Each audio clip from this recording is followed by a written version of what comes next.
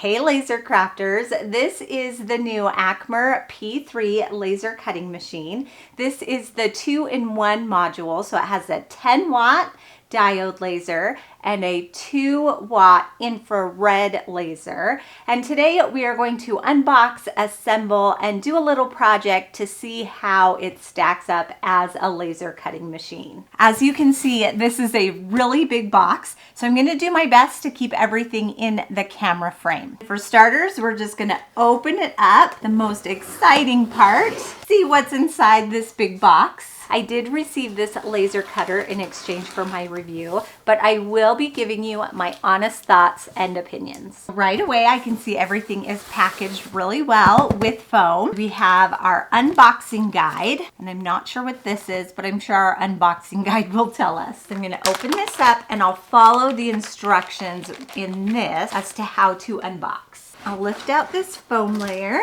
Got something right here, a little toolkit. Here is our laser. I'm gonna put this box on the floor and then lift this laser up onto my table. I'll start by taking all the plastic off. This is a big cutter. I believe it is a 16 by 16 cutting base to it. So it is much larger than the 12 by 12. I'm gonna come to the unboxing guide, and it says to remove the tape holding the acrylic in place, which is right here and right here. To pull that acrylic off, it's one of my most favorite parts to anything new, to pulling that plastic off. Then it says to take out the smoke pipe and the top fixing foam. So we'll open the lid, pull out this foam. Here's our pipe, our exhaust pipe. These are all the other pieces to our laser. I'll pull all these out and then tell you what they all are once I figure out what they all are. I can remove this foam.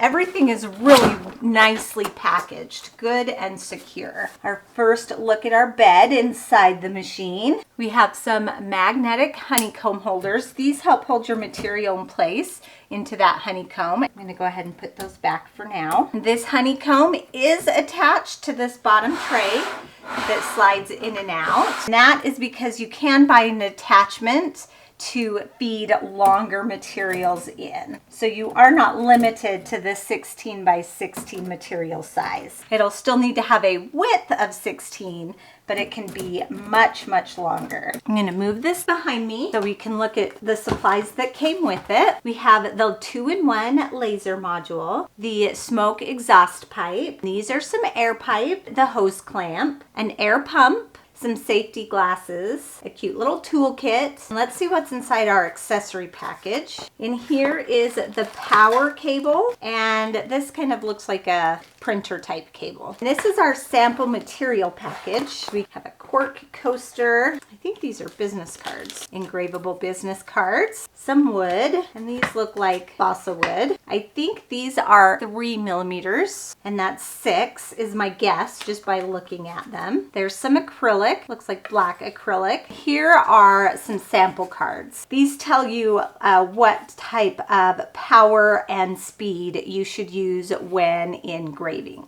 Now I'm going to bring my machine back onto my table. I've got some lights in here. Hopefully this will help you see inside of here a little bit better. The next step on my instructions is to take out these little brackets. These are what is holding that gantry in place during shipping. They're way back here in the machine, so I can't show them on video, but I'll go to my little toolkit, and I think these are all different sizes. Yep, these are all different sizes. I think it's this one, and pull out those little screws. See these brackets? That's what I was unscrewing. And then there's one on the other side as well. Here's that second bracket that I removed. I dropped a screw. Let's see if I can get it with this little magnet thing. Yep, I was able to pull out that screw that I dropped with this little magnet. And then the directions say for customers using the 48-watt and the 2-in-1 laser modules, which are just different laser configurations, please use a screwdriver to disassemble the screw and pillar shown in the diagram. which is right here. But if you're using the 24 watt and the 2 watt IR laser modules, keep it in place. I have the 2-in-1, so I do need to remove that. I'll use my little screwdriver and take that piece out. That is everything for the unboxing guide. In the manual, I can go to the installation steps. I'm going to bring this gantry forward. Here is our 2-in-1 laser module, and it has this yellow tape on here as well, so I'm going to pull that off. There's 2 little screws here, so I'm going to loosen those as much as I can. This laser has these tracks on the back of it, so I'm going to slide those in. Now I'm not sure what level I need to put that housing at. Okay, I see. So let me lift this off. This piece right here is the laser's focus distance. So when you put it down, this tip right here should touch the top of your material. That is why there is no set length for the laser housing, is because depending on your material, you're going to need to move this laser up and down. So I'm just going to put it on, and I'll tighten it for now while I get everything else ready. I'll adjust it when I go to cut some material. So there's my housing. I'll take my short tube. I'm going to put one end there, push that into my laser, and here is another little tube inlet. I'm going to put the other end of that tube just over that. So that's going to be for our air assist. And then we need to plug in with this little yellow cord. There's a little yellow piece right here on the back of the laser housing, and we'll plug that in. I'm going to turn my machine around because, as you can see, my exhaust is in the back. I have a window right here to my left, and I'm going to exhaust out to my window. But before I do that, I want to show you how to connect this exhaust hose. I have my hose and my clamp, and I'm going to open the clamp just by squeezing those ends together, and then I can push that over the end of my hose like that, and then I can push that onto that exhaust. Again, by opening that clamp and pushing that on. Now that the machine is turned around, I can take my hose and put it to my window. If your hose isn't long enough, you do need to get a longer hose. It is very, very important that you exhaust your fumes and smoke outside. Some of the materials that you cut do have toxic fumes, and so you do not want to breathe those in. You either want to put them into some type of air purifier fan type of thing made especially for lasers, or put those fumes outside. Next, I can install the pump, and I can plug the cord in where it says pump on the side of the machine. The longer tube goes into the machine and into the pump. It is a new day. I had a little bit of trouble with this TF card. This is the little information card that comes with your machine that has your software and your driver on it, and I could not get it to connect to either computer. I have a PC and a Mac, and it wouldn't connect to either. So I did have to reach out to their customer service, and they were able to send me links to download that information online. Now I am good to go. With the software, there are a couple of different options. There is a laser, I think it's GRBL, that you can use. That is a software that works with a bunch of different lasers. It does work with a Mac or PC, but I believe with a Mac, the camera functions don't work, and if you have a rotary, the rotary won't work. There's also Lightburn, which I am going to use because I already have it installed on my computer. That is what I use for a different laser that I have. So I'm already familiar with the program. You can use that on a PC or a Mac. There is a license fee that you have to pay with Lightburn. It's free, I believe, for the first month or so, and then you have to pay that license fee, and it renews every year. Or you can do what I do, and I just didn't renew it. Now, it won't update. I won't get the latest updates, but I only paid for 1 year, and I think I'm on year 2.5 now, and I just don't have the latest version, but it still works just fine, and I don't think I'll update that licensing until I have to. The manual walks you through step by step on how to calibrate the machine, and it is really very easy if you just follow these exact steps. I have already gone through them. One thing to note is your machine does have to be turned on. To turn it on, you do need to insert a key. There's a little keyhole on the very front of the machine and turn it on. There's also a little lens cap here on the camera lens. You'll need to take that off to access the camera. I did use this little dotted piece that was included. This is what you use when calibrating the lens. And the 5 smaller pieces of wood, you use this as well to calibrate the machine. So that's what these pieces are for that are included with your machine. Now it is time to cut something fun. You can hear my machine is still on. That is the fan running, but it really isn't that loud. I've heard other machines that are much louder. Included with the machine is this little guide that tells you different powers and speeds that you can use when cutting, so you know what to set your settings at. I have designed a cute little kitchen conversion chart magnet, and looking at this chart,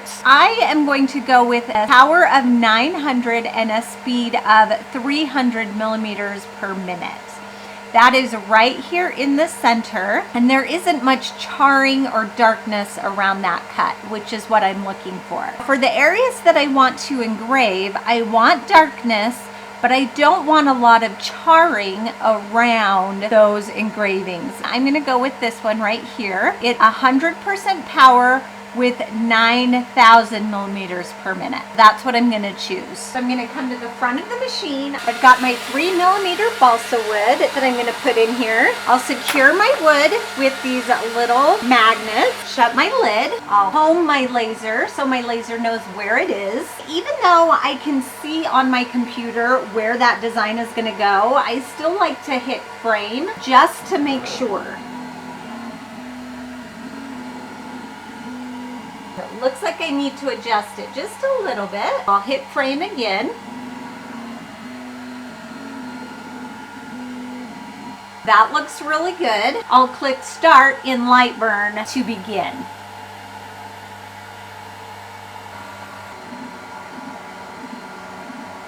It is all done cutting, so I'll open the lid and I'll turn it off so you can hear me a little bit better. I just have to remove these clips. There is our cute little conversion chart. All I have to do is add a magnet there to the back. But look at how good that looks. Nice clean edges, and that engraving looks really, really good. Here's a better look at that conversion magnet that I just cut with my Acmer P3 2-in-1 laser. I really enjoyed using the Acmer P3. The setup was really pretty smooth. The manual listed everything that you needed to do in exact order, so it was very easy to follow. The only hiccup I ran into was the software and installing the driver. But when I reached out to their customer support, they were able to help me and give me another option as to how to access that information. I think the 16 by 16 cutting size, it's a good thing and it's a bad thing. It makes the machine really big and kind of difficult to move around. If you have a set spot that you can just leave the machine and always leave it set up, then that 16 by 16 cutting size is great. But if you don't have a designated spot to put it and you have to pull it out each time you want to use it, it is really heavy, and that 16 by 16 size just makes the machine really big. It's much more difficult to have to pull it out and put it away and pull it out and put it away. I really do think that this is a plug and play laser. Of course, there will be a learning curve. Since I was already familiar with Lightburn, I was able to just jump in and do what I needed to do. When you're new to a software, it does take you a bit of getting used to that interface, but the more you use it, the more familiar you get with it. If I didn't answer any of your questions about the Acmer P3, please list them in the comments below. I'm happy to answer. And I also encourage you to go to acmerlaser.com, where you can learn about all of their different laser machines, as well as any sales that they may have going on to purchase the Acmer laser. I hope that I gave you a little bit of insight if you are looking into which laser will work best for you. Thanks everyone. Bye and happy crafting.